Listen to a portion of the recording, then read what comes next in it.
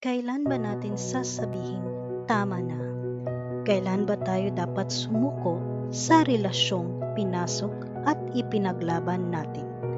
Binuo natin para patatagin sana, pero iba ang naging resulta.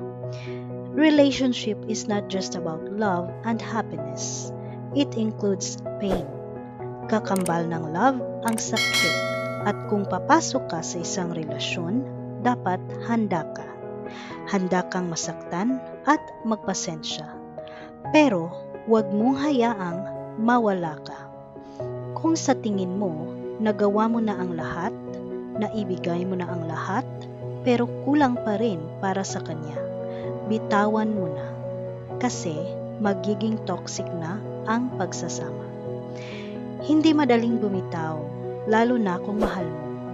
Pero hindi din tayo magiging masaya ng totoo kung ipipilit natin ang relasyong sira na. Kaya ang maibibigay kong payo sa lahat ay kung magmamahal ka, magmahal ka. Pero kung nararamdaman mo nang hindi ka na masaya o hindi na siya masaya na kasama ka, bumitaw ka na.